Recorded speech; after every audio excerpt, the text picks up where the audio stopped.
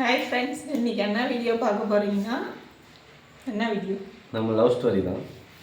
Love story சொல்ல போகிறாரு, கேளுங்க. யாருக்கிட்ட சொன்னேன்னு ஃபஸ்ட்டு வந்து எப்படி ஆரம்பிக்குதுன்னா, சின்ன வயசுலேருந்தே பிடிக்கும். ஃபஸ்ட்டு அது சொல்லி குழந்தையிலேருந்தே பிடிக்கும். சின்ன மாமா பொண்ணு தான், அதனால் சின்ன குழந்தையிலேருந்தே எனக்கு ரொம்ப பிடிக்கும். அது அப்படியே அந்த பாசம் வந்து லவ்வாக மாறி போச்சு குழந்தை மேலே. நான் குழந்தைன்னா இப்போ உனக்கு எத்தனை வயசு? எனக்கு ஒரு 8 வயசு இருக்கும். 8? நீ குழந்தையா இருக்கும்போது, சின்ன வயசுலேருந்தே குழந்தையா இருக்கும்போது உங்களுக்கு பிடிக்கும், உனக்கு ரொம்ப பிடிக்கும்.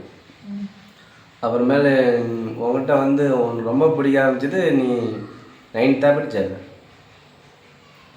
8th ஏஜ் அட்டன் பண்ண டைமு. அப்போ வந்து லவ் வந்து லாவ்கிட்ட சொல்லலை, இவங்க தான் 8வது அந்த தான் படிக்கிறாங்க. நீ தங்கச்சி ஜோதியா அவங்ககிட்ட தான் சொன்னேன். அவங்க எத்தனாவது படித்தாங்க? இப்போ ஆறாவது படிச்சுருக்காங்க. அவங்ககிட்ட போய் நான் லாவண்யாவை லவ் பண்ணுறேன்னு சொன்னேன். அவன் ஒரு எக்ஸைட்மெண்ட்டு. இன்னுமே நீ எப்படி சொன்னேன்னு சொல்லு. அது ஃபர்ஸ்ட் லெட்டர் சொல்கிறேன்னு சொல்லியிருக்கிறாங்க. எல்லுன்னு அவன் வேற இன்னைக்கு நம்ம கிட்ட சொல்ல போறான் அப்படின்னு நான் நினைச்சிட்டு இருந்துருக்கிறான். லவ் அது துக்குள்ள இருந்துச்சு, அதை லவ் பண்ணுறேன்னு சொல்லணும்னு சொல்லிடுச்சான் சின்ன வயசுல. அவன் லவ் பண்ணிட்டு இருந்தான். வாங்கிட்டு வந்து என்ன சொன்னா, என்னையும் சொல்லுவான்னு பார்த்தா உன்னோட பேரை சொல்லிட்டு இருக்கிறா அப்படின்னு சொன்னான். குழந்தை சின்ன பிள்ளை தான், 6வது பப்பி லவ்.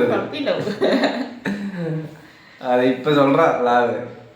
நான் சொன்னேன், நீ நம்பல. நான் நம்பல. அவர் அவளே சொன்ன வீட்டு தான் ஆமா அப்படின்னு நம்புறாங்க. அந்த மாதிரி தான் எங்கள் லவ் ஸ்டோரி. சொல்லிட்டேன், ஆனால் மேடம் ஒத்துக்கல, லவ் ஓகே பண்ணல. சரி, நான் 3 வருஷம் வெயிட்டிங்.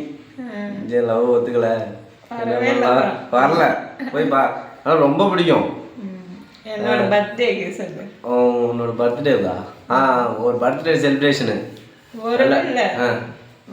வருஷம் பர்த்டே வந்துடுவேன். ஆனால் ஒரு பர்த்டே மட்டும் கொஞ்சம் கிராண்டாக செலிப்ரேஷன் பண்ணேன்.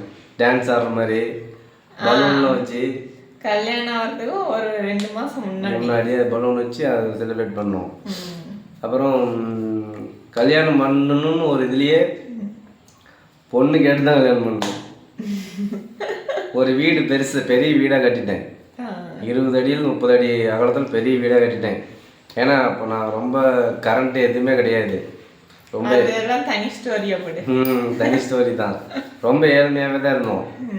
அப்புறம் கஷ்டப்பட்டு சரி ஒரு வாழ்க்கை வளர்ப்போம், நல்லா வாழணும், பெரிய வீடாக ஒன்று கட்டிட்டேன். கட்டின வீட்டு தான். வீட்டில் போய் பொண்ணு கேட்டு அந்த வீட்டில் தான் இருக்கிறோம். விடவே மாட்டேன்னு சொல்லி பிடிச்சி கல்யாணம் பண்ணிட்டு வந்துட்டேன். வேற லெவலு. என்ன தோணுது? இல்லையே, எப்பயுமே நம்மளுக்கு பெஸ்ட் நாம தான்.